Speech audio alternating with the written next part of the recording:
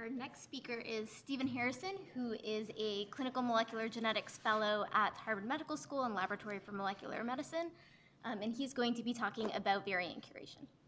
Thank you.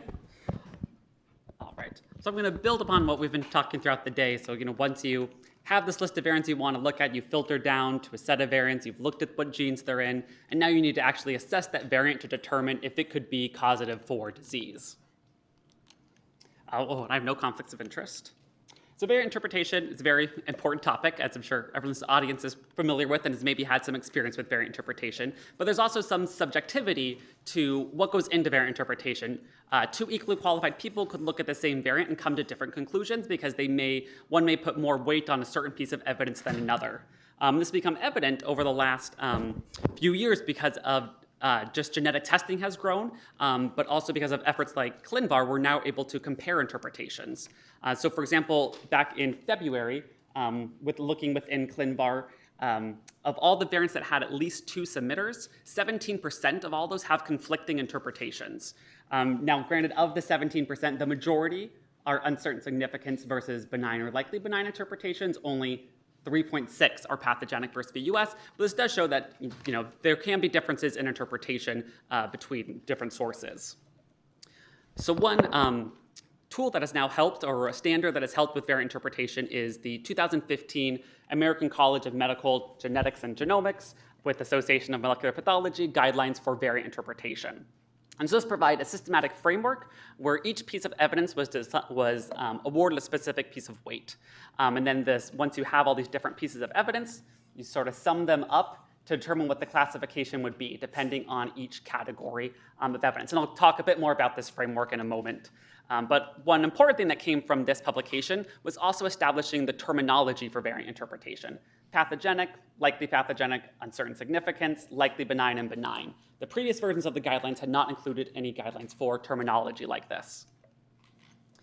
Oh, and just as an example, that the guidelines are being adapted and used, we did a survey of labs last summer and found that 97% of clinical labs now do use the ACMG AMP guidelines for variant interpretation.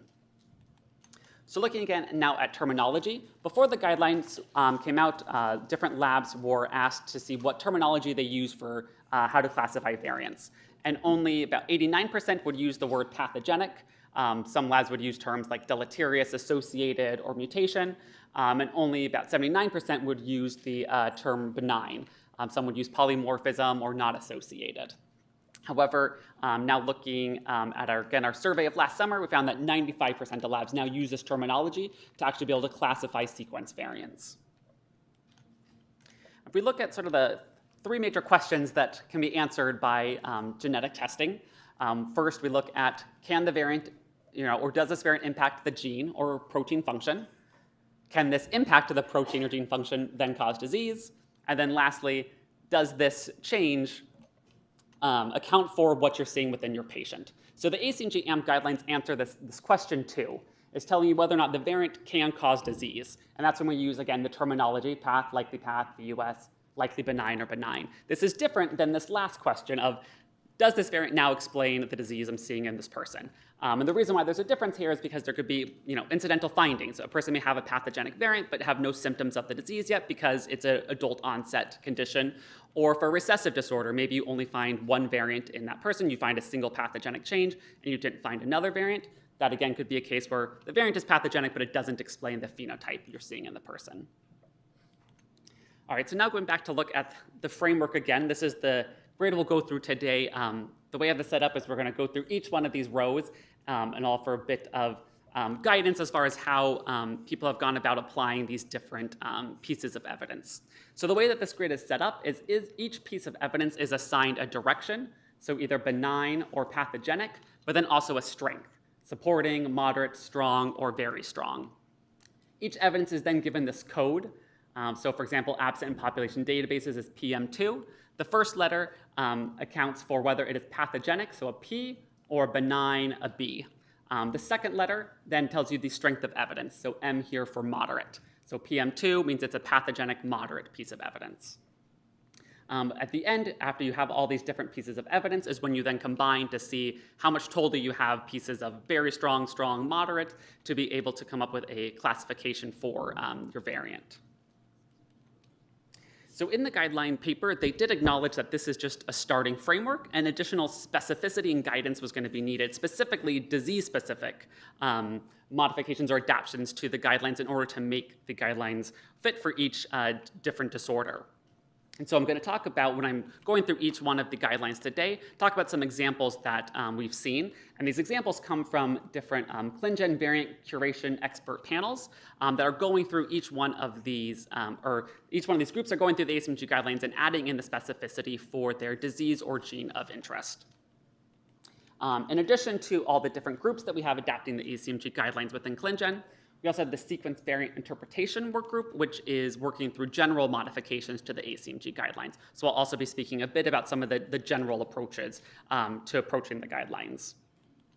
And I have a screenshot here just from our website, sequence variant interpretation work group within ClinGen, where the approved ACMG guidelines are listed here, as well as some of our specific, more general recommendations to use in the guidelines. The first one I'm going to talk about, because this will be applicable when we look at all the different categories, is what to do in cases where you need to modify the strength of evidence. So within the guidelines, they have this piece of evidence, PP1, which is pathogenic supporting 1, for co-segregation with disease and multiple affected family members. They then have this arrow that shows it could be increased to moderate or strong, but they don't provide any criteria codes for these instances. So if you had, very, very strong segregation data, what criteria code would you use? So what we have recommended is when you do want to modify the strength of evidence, that you use the initial code and then an underscore to what strength you're changing it to. So if you wanted to move segregation data from supporting up to moderate, this would then be PP1 underscore moderate. If you're moving it up to strong, PP1 underscore strong. And again, this will be applicable as I start showing some of the other more specific recommendations for the guidelines. All right, so starting from the beginning, the very, very top category is allele frequency data. So there are 3 different pieces of evidence here that would use population or allele frequency data. 2 on the benign side. Both of them are written as minor allele frequency too high for disorder. But for BA1, which is the criterion that you could use to call a variant benign simply based on allele frequency, is more specifically written as at least the allele frequency is over 5%. Whereas a benign piece of or benign strong is just allele frequency greater than expected for disorder, which has a bit of a vagueness to it of what is a minor allele frequency that's too high for your disorder. And then on the pathogenic side, a moderate piece of evidence for if your variant is absent or at extremely low frequency within controls. So looking first at the BA1, this is again meant as an exclusionary filter to be able to call a variant benign simply based on the allele frequency. The way that this, again, is written within the guidelines is at least 5% in any of these different projects listed here. Within our work group, we have proposed a few modifications to how this criteria is written to help with better standardization and usage of this filter. So we've rewritten it as allele frequency is greater than 5% in any general continental population data set of at least 2,000 alleles for a gene without a gene or variant specific recommendation. And so what we did here was by adding these 2 different caveats to how you could use this criterion. The first was that you could, this 5% can come from any general continental population data set as long as you had at least 2,000 alleles. So what I've shown here is a variant from EXAC where I don't know if you can see this bottom right corner, but the global minor allele frequency is a 0.9%. However, if you look within the Latino population, it would be 5.6%. So this is a case where you could call this variant benign, even though the global minor allele frequency is below 5%, because the Latino population is over 5%. Additionally, we recommended that the tested individual doesn't need to match the ethnic origin of the population data set used, meaning you could still call this variant benign, even if it wasn't found in a Latino individual. Sort of the second piece of caveat that we added to this new language was you could use this 5% filter when there isn't a gene or variant-specific recommendation. And the reason we added this is for many disorders, saying 5% for benign is still very conservative and an order of magnitude higher than it needs to be to call a variant benign. So we are sort of left this open-ended so that some groups could specify and have more gene-specific allele frequency thresholds to call a variant benign. Additionally, we've started gathering a list of variants that have higher than 5% allele frequency in any continental population data set, but should not be filtered out as benign because they are more of a lower penetrant pathogenic variant. So as far as if you're going to lower BA1 below 5%, how do you determine what frequency cutoff to use? So Anne O'Donnell had talked about this calculator this morning, so I'll only briefly touch on it. But this is the publication here from Whiffen et al., as well as the URL. And what this calculator uses is this basic equation of prevalence times heterogeneity over penetrance. So if you go to this website and click on calculate allele frequency, it lets you then plug in your numbers to be able to determine what is the appropriate frequency cutoff that you would use. So in this case, I picked a 1 in 500 prevalence, a allelic heterogeneity of 50%, meaning one variant in this gene accounts for 50% of the disease, which is a very conservative standpoint, and then maybe a 50% penetrance, and that would give you a 0.001 frequency cutoff. Additionally, Anne this morning had talked about the different population database resources that you would use to answer these questions. And I want to reiterate these here, listing EXACT and GNOMAD, more to point out that EXACT and GNOMAD contain large portions of ESP and 1,000 genomes within these data sets. So you don't want to look in EXACT and see, oh, it's found in 10 people, oh, and then also 6 people in ESP, let me add those together, because chances are it's the same people that are in both databases. So you don't want to add across different data sets. So the other criterion after looking at if the variant is present in databases is, okay, now what if it is absent? So this criteria, again, is written as absent from controls or at extremely low frequency if recessive. However, for some dominant disorders, you may not expect the variant to be completely absent from controls depending on the age of onset for your disease of interest. So some groups have taken the approach of, instead of saying absent, it was within a pathogenic range. So I've included this quote from the EXACT GNOMAD frequently asked questions page that sort of explains where their data came from.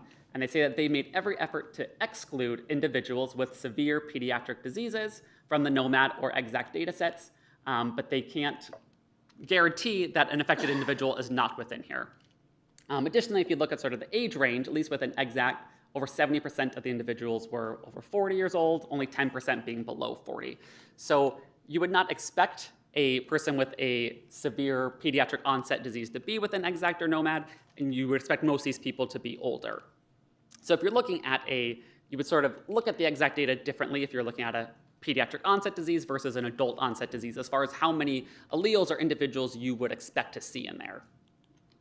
So a sort of a more conservative approach for adult onset disorders is to look at EXACT and GNOMAD more as a general population as opposed to saying that they are all controls. Again, because that there could be some adult individuals who have adult onset diseases within the cohort. And then that as an example, how some of the different ClinGen groups have approached their cutoff for PM2, this absent threshold. So for RASopathy or Noonan spectrum disorder, they said in order to apply PM2, the variant needs to be strictly absent. They don't expect anybody within EXACT or GNOMAD to have this variant.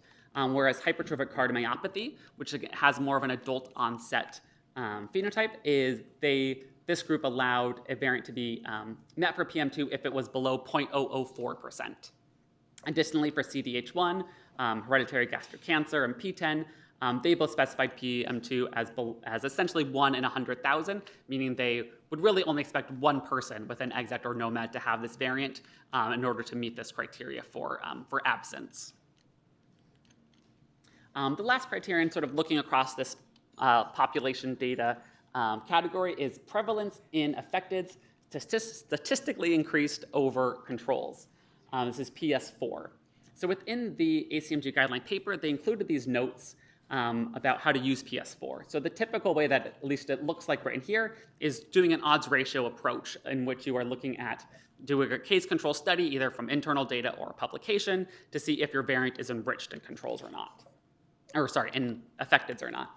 However, it also includes the second note that for rare variants where case controls may not reach statistical significance, finding the variant in multiple unrelated patients with the same phenotype could also meet this criteria. And this is because for many times when we are adding case level data together from different laboratories, and then also looking at publications, finding what the overall denominator is for cases can be difficult. And so then you can't calculate a reliable odds ratio. So we have suggested that PS4 could be used in both manners, either as a typical case control study with an odds ratio, or you could use it for when you have multiple unrelated probands with consistent phenotypes. And how this looks as far as how different working groups have approached it. For MYH7 HCM, they sort of go from 2 probands at a supporting level up to 15 at a strong. And you can see here that they are specifying the phenotype by just saying consistent phenotypes, meaning they all have to have hypertrophic cardiomyopathy or all have to have dilated cardiomyopathy. You can't add across different diseases. Whereas RASopathy, it starts as a 1 and then builds to 3 and 5 at strong. And this is just for individuals who meet criteria for having a Noonan features. And you can tell here that there's a difference between how many probands are used at supporting moderate and strong between these different groups due to the specificity of the phenotype. Hypertrophic cardiomyopathy could be due to multiple reasons. It could even be non-genetic. And so more probands are needed at each weight compared to RASopathy, which has a more specific phenotype. And you can see below, sort of for P10 and CDH1, the criteria that they've added in, they both also went with a 1, 2 at moderate, and 4 at strong. Criteria for being able to count these probands that have the disease. So the next category down is computational and predictive data. So this is for like computational predictive tools. We have PP3 and then the benign inverse of it for when you have computational evidence. So in silico tools like Polyfin, SIFT, mutation taster that have readouts that you would use to answer these questions.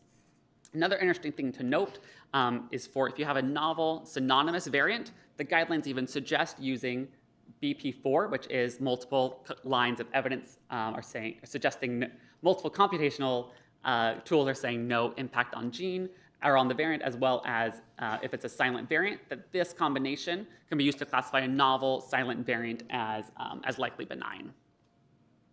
Now looking on the pathogenic side, there's these 2 criterion for if you are looking at different pathogenic changes that occur within your codon. And that is whether it is a different missense change within the codon, or it could be the same amino acid change, but due to a different nucleotide change, as explained down here. However, one thing to be careful of when you are applying these criterion is both of them add this caveat to be aware of changes that impact splicing rather than the amino acid. So what that means is when you're looking at that other change within the codon, you want to thoroughly evaluate that other change as well, because it could be that that change is pathogenic, not because of the missense impact it has, but because it is impacting splicing. And so to apply this criterion for another change within the codon that would not be impacting splicing would be inappropriate and then could lead to an incorrect classification. So that is a overall warning for these 2 rules. Last one I was going to talk about within this row is for if you have a loss of function variant within a gene. And this is pathogenic very strong evidence, and this is the only very strong piece of evidence within the guidelines. So looking within the paper, they specify this again as a null variant in a gene where loss of function is a known mechanism of disease, and add the caveat to be aware of genes where loss of function is not a known mechanism of disease. However, they did not provide guidance on how to determine if loss of function is a disease or not, or sorry, a mechanism of disease or not. So we are working on a paper right now within the sequence variant interpretation work group to sort of address these questions of how to determine if loss of function could be the disease mechanism. And we suggest that the gene disease clinical validity should be at least strong or definitive. So this is using the gene classification framework that Marina and Aaron had talked about. It should be at a strong or definitive level. And you should have at least 3 or more loss of function variants that are pathogenic within the gene. And these should represent at least 10% of all variants that have been associated with the phenotype to make sure that you have adequate data to be able to say that loss of function is an actual mechanism. Additionally, another resource that could be helped to answer this question is the PLI score, which both Marina and Anne had talked about today. The PLI, just briefly again, looks at the expected number of loss of function variants versus observed. It is a 0 to 1, the closer to 1, more intolerant. But just an overall sort of caveat is PLI is still just a predictor. So it can definitely help maybe point you in the right direction, but you don't want to completely rely on this predictor. So for example, BRCA1 and 2 are very well known where loss of function is a mechanism of disease for those two genes. Both those genes have a PLI score of 0, which would suggest that they are tolerant of loss of function.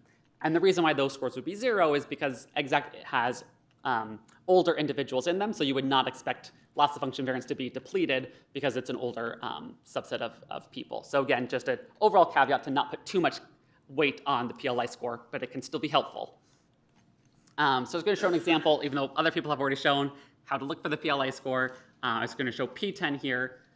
Again, the constraint scores are not yet available for GNOMAD, but if you click on EXACT within the GNOMAD browser, you can see for P10, there was an expected number of 15 loss of function variants. They only found 1, and so it's a PLI score of 0.98, which would suggest that loss of function is a mechanism of disease for this gene.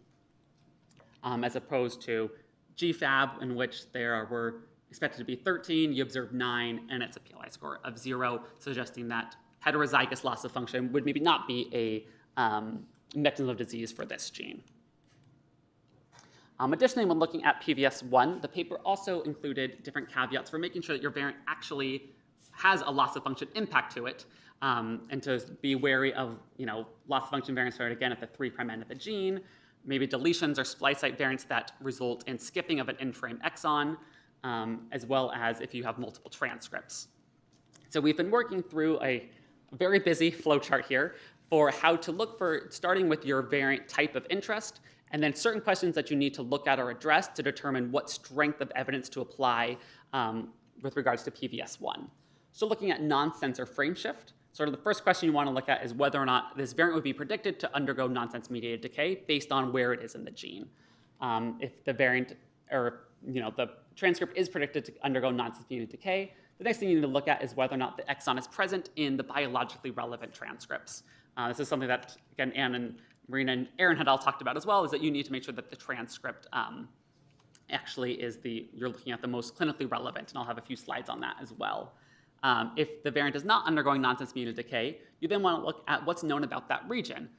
So maybe the nonsense-mediated decay would not be occurring, but you would be missing a critical functional domain of that gene that would then be truncated, in which case you would still want to be able to apply some evidence for the fact that you are now missing a critical region of the gene.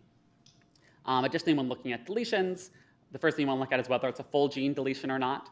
And then if it's impacting multiple exons, determining whether or not, again, nonsense-mediated decay would be predicted to occur or not, based on whether or not that exon is in frame or out of frame, if it's divisible by 3 or not, to get an idea as to if losing it would then disrupt the reading frame. So again, another sort of way to be able to look at this, because I think visually always helps, I was going to show for PAX3, if you look in the GNOMAD beta browser, and again, click just to look for loss of function variants, you can see that there are multiple transcripts for this PAX3 gene. This one loss of function variant that I have highlighted down here in red is seen here with this dotted line, and it only occurs in this one little extra piece of the exon that's only found in one of the 8 transcripts. So this would be sort of an indicator that maybe this variant would not actually cause loss of function because it's not found in the other transcripts, and it's only in this last little piece. This is where you, again, would need to actually look to see if this is the most biologically relevant transcript or not. But based on its location, you would assume not. Additionally, looking at I don't know if you guys can see this bottom right corner, but the low confidence loss of function tab that Anne had talked about this morning is another helpful indicator to determine whether or not nonsense-mediated decay would be predicted to occur based on where the variant is occurring within the gene. So as another example, if you're looking at BRCA2 and looking just at where all the different loss of function variants within the gene are found, you can see there's an enrichment of loss of function variants here within the last exon, and these are all tagged with low confidence loss of function because these are in the last exon, and thus you would not expect nonsense-mediated decay to occur. You would just have a truncated protein. And so that's why all of these would be tagged. So looking within GNOMAD beta could be a helpful indicator to determine whether or not loss of function would be occurring for your variant of interest. So the next row down is functional data. And I'll say functional data is probably the most variably applied between clinical laboratories. This is where we are most different. when assessing the same variant, and that's because there is a lot of subjectivity to these criterion, such as missense in a gene has a low rate of benign missense variants, or mutational hotspot or well-studied functional domain. These are a little bit vague, and so labs could interpret these differently. Same with even a well-established functional study.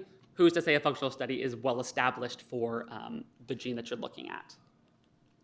So a helpful way to look at these first two, if you have where missense variants in a gene are commonly pathogenic and you have a low rate of benign missense variants, is to look at the missense z-score. And Anne actually had talked about this again this morning of a suggesting threshold of 3.0 or higher, and I'll show an example of that. And soon, exactly GENOMES will have regional constraint, which will let you know if overall maybe the gene is somewhat intolerant of missense changes, but then an even smaller domain within the gene is even more intolerant. And that's what you'd be able to find with this.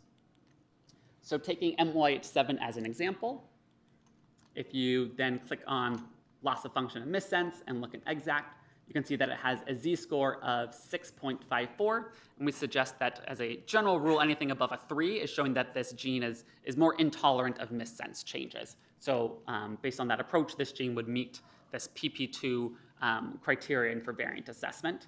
Additionally, and this is going to be changing, I just realized that it does not, I took a screenshot a few weeks ago, and this does not look like this anymore. But as Anne was saying, they are working to have more regional constraint predictions to show if a certain region of the gene has a depletion of variants compared to another. And you can, if you use your imagination a bit, sort of see that there are more blobs over here showing variants versus on this side, showing that this region will be more intolerant to changes versus down here you're seeing more. For another example, PTPN11 has a missense z-score of 3.43, again suggesting that this gene would be more intolerant of missense variants than another gene, and so PP2 could be applied here. The other categories within this functional data are for actual functional studies. And so while these are listed as a pathogenic strong piece of evidence and a benign strong piece of evidence, sort of using the framework I talked about earlier, you don't have to use these criterion at that level. It does not have to be an all or nothing of, yes, it's either going to be strong or nothing. You can still use a functional assay, but move it down to maybe a moderate or supporting if you are unsure of the actual role how indicative that functional assay is for actually causing disease. So I have some examples here of just how different work groups have specified functional assays. So for PAH or PKU, they're saying that if the variant showed at least 50% reduction in enzyme activity, that would meet pathogenic strong evidence.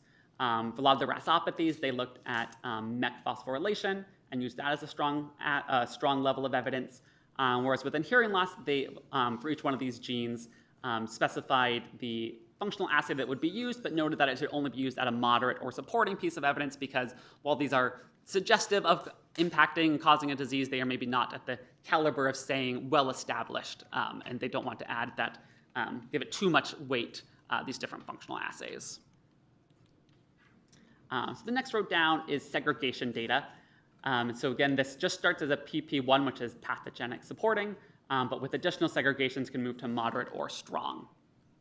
So I should have included a very big text over this that says draft, as these are not finalized, but within the sequence variant interpretation work group, we've been trying to establish different segregation thresholds that we could give to labs in different working groups to know, to have an idea as to how many segregations you would need to be able to move up from supporting to moderate or strong. So right now we've sort of been looking at two different recommendations, a general approach when phenocopy isn't an issue, where you would need less segregations, and then a different threshold for when there could be phenocopies or diagnostic clarity is a concern, in which you then would need a higher level of segregations at each strength level. I'll skip this part for now. As a overall caveat, though, for segregation data, and this was included in the ACMG AMP paper, is that segregation by itself of a particular variant within a phenotype is evidence for linkage of the locus, but not evidence of pathogenicity of the variant itself. So you want to be very careful whenever you are taking segregation data and applying it at a strong level, because it could be that that variant itself is not what's actually causing disease. It is in linkage with a variant that is causing disease. And so you want to be careful that you are actually assigning the pathogenic interpretation to the right variant. And so we are telling people to use caution when elevating segregation data too high and using it at too high of a level. Additionally, the last sort of piece of segregation data is for non-segregation. We've had a lot of questions about when to use non-segregation. So our general approach has been for this BS4 non-segregation, this would only be used for when you, within the family, are showing that there are additional phenotype positive people, but genotype negative. So they have the disease, but they don't have the variant. That is where this non-segregation would be applicable. However, when you have cases when you're within the family have people who don't have the phenotype but have the genotype, that's more applicable under BS2, which is observation in controls inconsistent with disease prevalence. So if you're seeing non-segregation, you'd want to think about which type of non-segregation you're seeing and make sure you're not double counting it within both, but instead follow similar guidelines to seen here as far as how to actually incorporate that into variant interpretation. All right, the next category down is de novo data. And so within the guidelines, there are two pieces of de novo evidence, a moderate and a strong, at moderate and strong levels. And the difference here depends on whether or not maternity and paternity were confirmed. So there has been some confusion with these criterion. The confirmed is still, so for both cases, you are confirming that the parents do not have the variant, but the difference is whether or not you were confirming the parents are the parents. And that makes the difference between saying it's a moderate or strong piece of evidence is that you actually went through the effort of seeing that the parents are actually the parents for your case of interest. Additionally, with de novo, looking within the paper, they did add this caveat that in order to apply this de novo piece of evidence, you want to make sure that the phenotype in your patient matches the gene's disease association with reasonable specificity. So they used the example here with an NIPBL gene, which is associated with Cornelia de Lange syndrome. If you found the variant in a case who had Cornelia de Lange and they had a de novo variant within this gene, then applying either PM6 or PS2, depending on confirmation or paternity, would make sense. However, if instead you only found a de novo variant within this gene and the child just had developmental delay and none of the other features, that was not what you would expect for finding a variant within NIPBL, in which case you would not want to apply this criterion or move it down in the strength level because it's not actually matching the phenotype that you're seeing. So I included this just to say, just because you have a de novo variant doesn't mean you should automatically want to apply one of these criterion. You want to look at what the phenotype is within your case and see if it matches the gene of interest. So within our work group, we've also been specifying how to go about increasing the weight or decreasing the weight of evidence for de novo occurrences. So we came up with this framework for that each case of a de novo variant in which you would assign it a piece or assign it points based on whether it was confirmed or assumed de novo. So again, whether or not you were confirming the parents are the parents, and then also how consistent the phenotype is. So for example, if you had a patient with early infantile epileptic encephalopathy with a confirmed de novo variant in SIK1, in this case, the patient's phenotype is consistent with the gene, but epileptic encephalopathy could be caused by many different genes, so it's not very specific for this gene. So in this case, since it was a confirmed de novo, phenotype consistent with gene but not highly specific, then this 1 point would be applicable. If you look down here at the bottom, if you have 1 point, you could then apply a moderate piece of evidence. And this framework also allows you to combine multiple de novo occurrences. So let's again say you were looking at NIPBL in 3 programs with Cornelia de Lange syndrome. If you had 1 confirmed de novo case and the phenotype is highly specific for the gene, that's 2 points. And then let's say you had 2 additional assumed de novo occurrences. Those would each be given 1 point for a grand total of 4 points of de novo evidence, which would then allow you to apply the de novo piece of evidence at a very strong level. So you'd be able to move it up from a moderate or strong up to now a very strong evidence because you've now seen this variant de novo 3 times within these different cases. All right, so moving down to now the next 2 rows are allelic data and other data. For allelic data, this is for when you're looking at the cis-trans conformation of the variant. On the pathogenic side is this PM3, which you would use for recessive disorders when the variant that you're looking at has been detected in trans with a pathogenic variant in an affected individual. And so I included a screenshot from the Amendola paper here, which was looking at 9 different laboratories applying the ACMG guidelines and suggesting what additional modifications would be needed. And what they included for this criterion was that It is needed to be able to upgrade if you are seeing more than one proband has been reported that has another variant in trans, as well as being able to decrease the strength when phase is not established. So using this idea, we then also have produced another point system for when you are looking at the recessive disorders with another variant in trans to be able to add up the additional occurrences. So shown here, we look at what's the classification or zygosity of the other variant. So if it's pathogenic or likely pathogenic, and then the point depends on whether it is confirmed in trans versus phase unknown. We've additionally added in ways to add points for homozygous occurrences, or when the variant that you're seeing in trans is maybe a rare VUS, that it's suspicious but not at a pathogenic level, you still want to be able to award it some piece of evidence. So let's say, for example, you are found a variant in a patient with PKU who has a pathogenic loss-of-function variant also within this gene. However, maybe this is from a paper, and the authors just say, here are the two variants within the gene, and they don't say whether they confirmed cis or trans. In this case, because they are not stating what the phase is, you would want to apply only a 0.5 points total, which would then decrease this PM3 from moderate down to a supporting level because they didn't confirm the phasing. However, on the other hand, let's say you were looking at 5 probands. You had 2 that were homozygous occurrences. Those would be 0.5 each for 1 point total for these 2 cases. And then 3 probands who had a confirmed variant in trans. That would then be 1 point for each of those 3. So grand total, you would end up with 4 points, which would then be at the very strong level. So this again allows you to take multiple probands who have recessive disease where the variant you're looking at is found in trans with a pathogenic variant and be able to add those all together to get to a higher strength level. Additionally, within this allelic and other data are these cis-trans variants. When your variant you're looking at has been found in trans with a dominant variant or in cis with a pathogenic variant. And then there's also BP5, which is found in an alternative case. So these sort of sound overlapping because both are getting at the fact that you think this variant is not causing disease because of another variant seen within this case. So our overall suggestion has been that you would use BP2, which is the top one, when you're looking at 2 variants within the same gene, because you're looking at whether or not they are in cis-trans and saying they have another pathogenic variant in this gene that was found in cis with this variant, so we think they are not, that this variant could not be causative, versus if the other variant is in a different gene that could be causing disease, that's where we would want to use this BP5 for the different gene. Additionally, with regards to BP2, so again, observed in trans with a dominant variant or in cis with a pathogenic variant, some additional caveats are that you want to make sure when you are applying this criterion that the variants you're looking at have been observed independently. So if you've identified a variant and it's found in cis with another variant, you want to make sure they both have been seen independently, because otherwise the impact could be synergistic, and there is the 2 variants actually have a combined impact. And so if you've never observed them independently, you wouldn't want to rule one out as benign.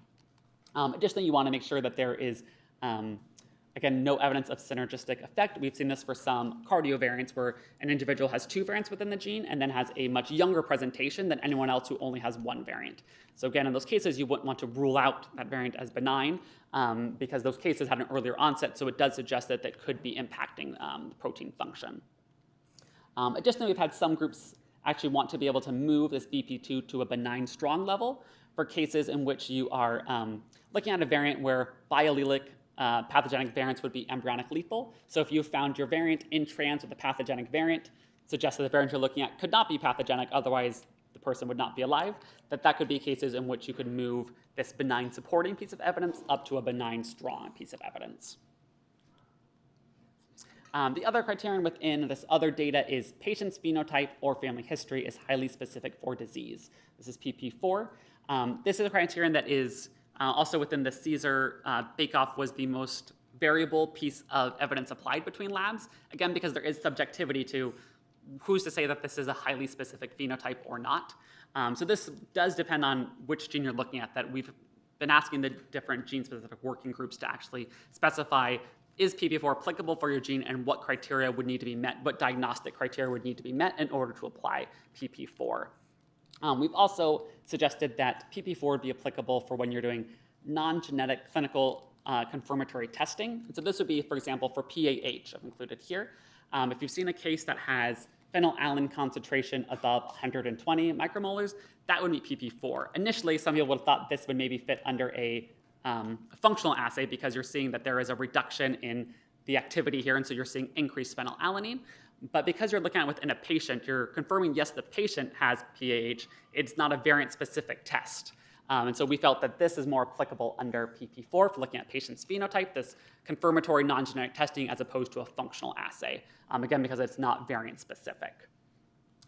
Here are just some examples of how some other groups have specified PP4 for Pendred syndrome. If you have hearing loss with EVA and or Mondini malformation, that is specific for Pendred syndrome and SLC26A4, so then you could apply PP4 there. So the very, very last row I was going to talk about is this other databases, and these are for if a reputable source is called the variant benign versus a reputable source is called the variant pathogenic. We actually are recommending that these criterion should not be used at all, and we actually had a paper, a letter to the editor in Genetics and Medicine that came out maybe a month or so ago, suggesting that labs discontinue using the reputable source criterion, because we felt that you should be looking at primary data when assessing a variant as opposed to somebody else's interpretation of the data. This could also lead to double counting. So for example, if you were taking a reputable source classification that says pathogenic and they were incorporating certain functional assays and proband counts into their interpretation, and then you also are using that same functional assay and same proband counts in your classification, you're now double counting those pieces of evidence by incorporating someone else's interpretation. So we recommend that the reputable source criteria not be used. And in a moment, I'll show the ClinGen's variant curation interface tool, and we have actually these criteria are still listed there, but you aren't able to apply them because we feel that these shouldn't be used. All right, so next I was going to show the variant curation interface. I just wanted to acknowledge the many people who have worked on this. The sequence variant interpretation work groups, especially Leslie Seeker and Heidi Ream, as well as the variant curation interface team that is making the interface I'll show next, and the many clinical design working groups that actually whose data we're showing here of how they were specifying each one of the criterion, because it is a very long process to be able to go through and modify these criteria for each gene and disease of interest. All right, so now if I can get to.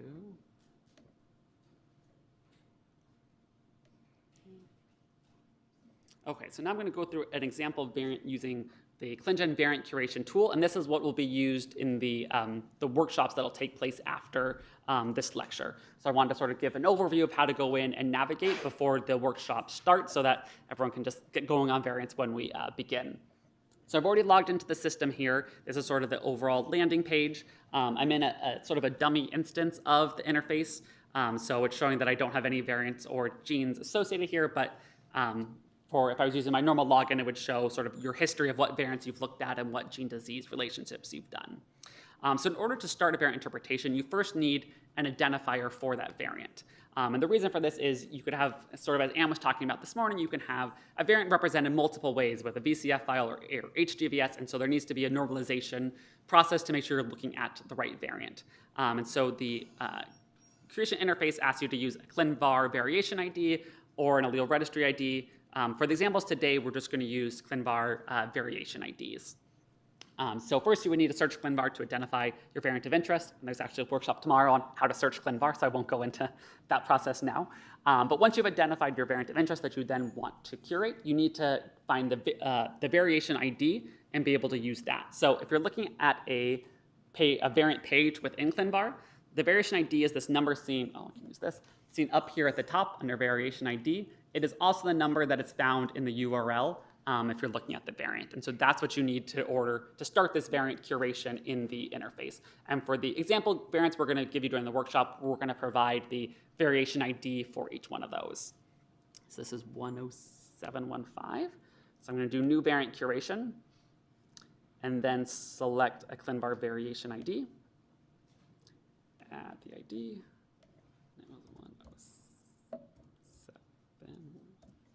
So once you click Retrieve from ClinVar, it'll show the different expressions for this variant. Sorry, I should have said, so this is a GLA variant. It's arginine 301 to glutamine.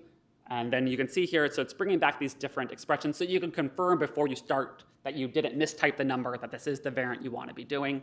This is the one I want, so I'm going to click Save and View Evidence.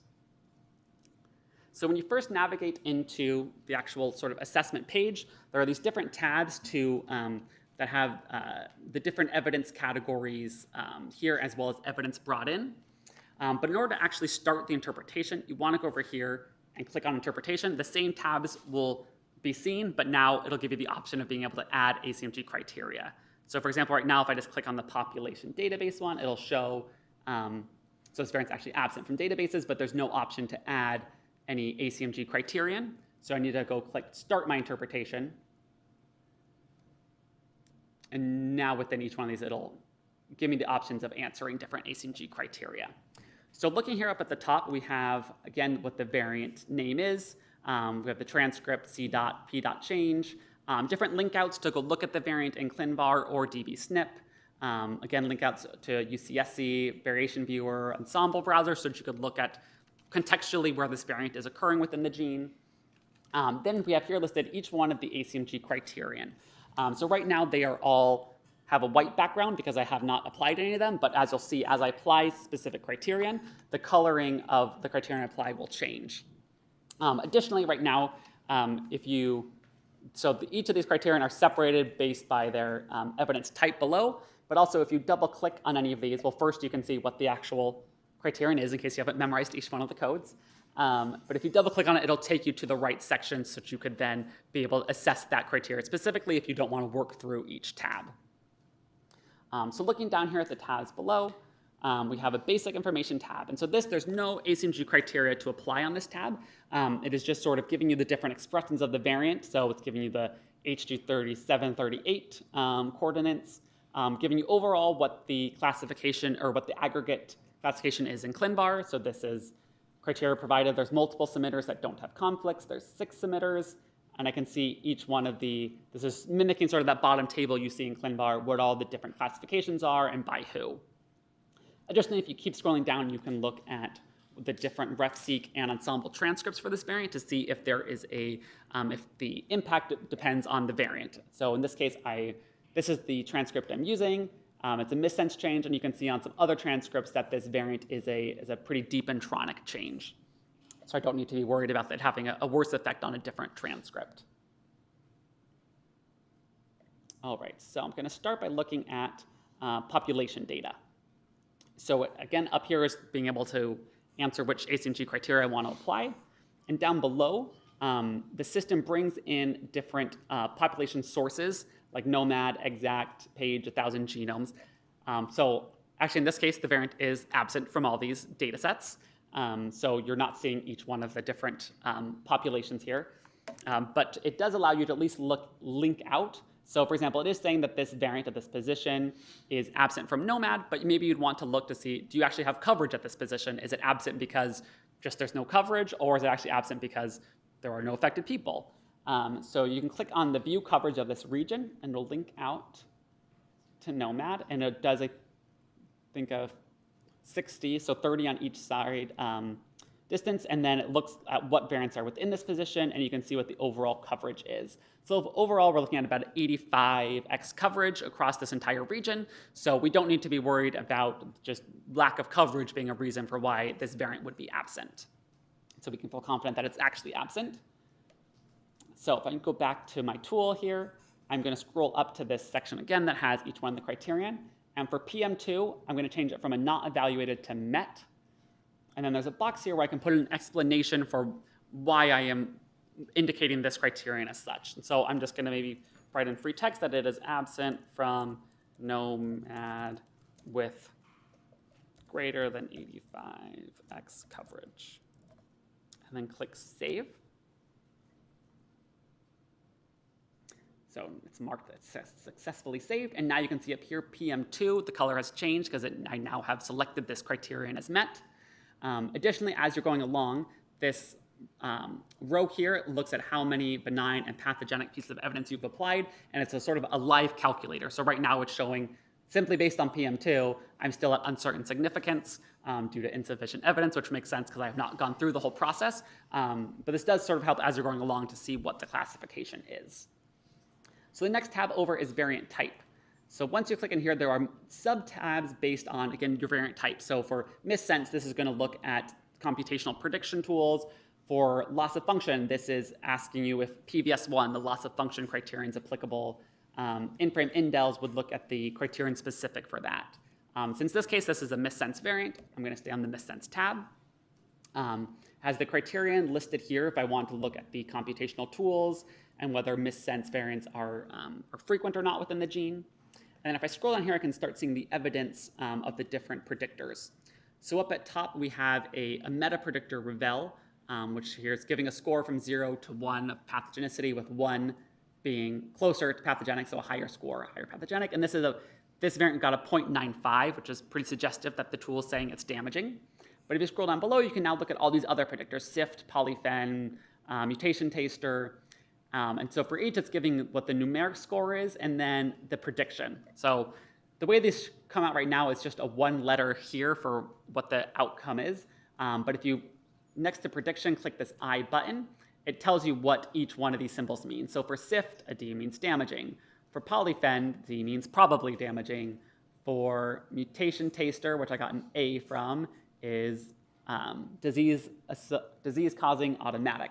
So you can kind of look through and see, overall, do you think the tools are suggesting that there is an impact on, suggests a predicted impact on the protein or not, based on these different pieces of evidence. So here, because most of these all are showing a damaging prediction, and this meta predictor is giving me a 0.95, I'm going to suggest that PP3, which is our multiple lines of computational evidence support a deleterious effect, is correct, or is met. So I'm going to click met here. And explanation, I'm going to put Revel score was 0.951. And click save.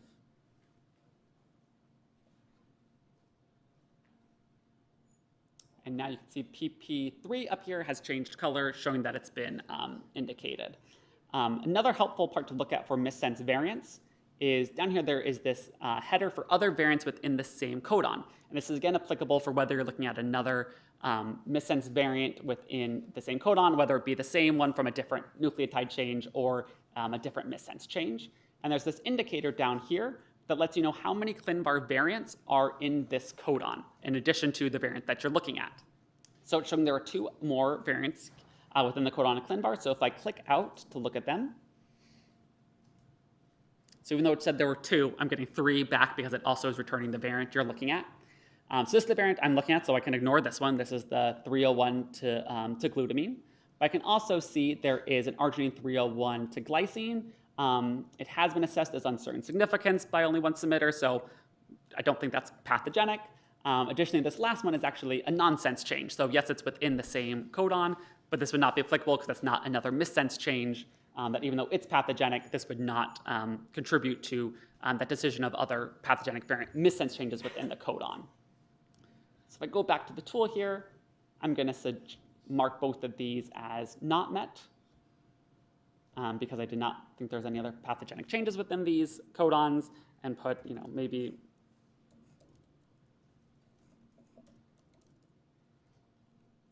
sorry, I can't quite see the screen here. And click save. So in this case, you can see that I marked them as a not met. The system gives you the option that you could either sort of just leave them unevaluated, or specifically say they were not met. And in those cases, because I marked them as not met, the boxes changes to a gray background. So the system doesn't require you to answer every single question. For example, I skipped this PP2 for missense variant in a gene. I just left it as not evaluated. And you could go through the whole system and be able to complete an interpretation without having to mark every single criterion as met or not met. You still want to sort of go through the full process, but you don't need to specifically mark every single criterion as met or not met. I'm going to move over to the experimental tab. And let's see, how much more time do we have? OK, 10 minutes. So I'll finish up this one. So on this tab, had the criterion for if the variant occurs within a hotspot, as well as the criterion for a functional assay that would show a deleterious effect. So in this case, I'd already looked up the variant and found a source to add here. So for experimental studies, I found a publication that showed that this variant had only produced about a 9% activity of the enzyme. So I want to add this publication as evidence for why I'm going to mark that this well-established assay was met. So you can click on Add PubMed ID. And I've already looked up the ID here. and click retrieve. And I can confirm this is the paper. Yes, this is functional characterization of alpha galactosidase. Yep. So I'm going to add the article. And after it appears here, it gives you this free text box to be able to add evidence if you want to describe exactly what within that publication helped you meet this criterion. So I'm going to show that it only had, there's a functional assay that showed about a 9% GLA activity from this variant. I'm going to click save.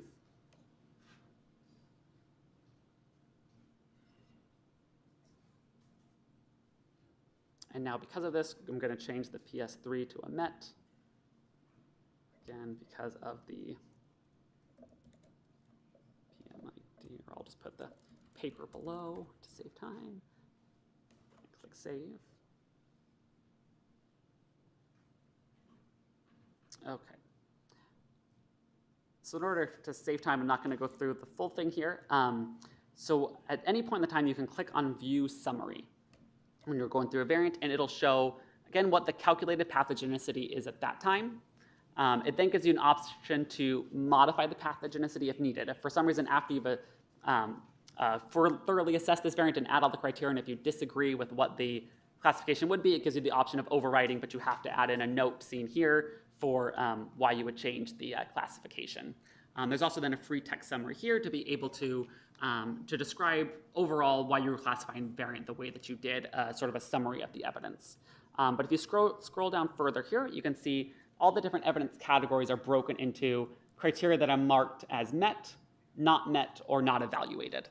And for any of the criteria where I also provided an explanation within that free text field, that would appear here as well. So you can sort of, in a big picture, be able to see what criteria you applied, what was your rationale for each one, in order to sort of see where you are within the classification process. And that was, and then you can navigate back to your actual going through interpreting process by clicking on Return to Interpretation. Again, to sort of see which criteria you've applied and continue the process. So the tab I didn't get to is this case level data, where you can go through and add in additional evidence for case control, segregation data, de novo occurrences. Each have their own category here, and an option to add a PubMed ID for any of these pieces of evidence. So I think I'll wrap up there in case there are any questions. And I'm trying to think if there's anything else about the curation interface that you would need to know about. I think that is mostly everything. Yes, so any questions? I know there's a lot of information at once. No? Everyone can curate variants now? It's very easy.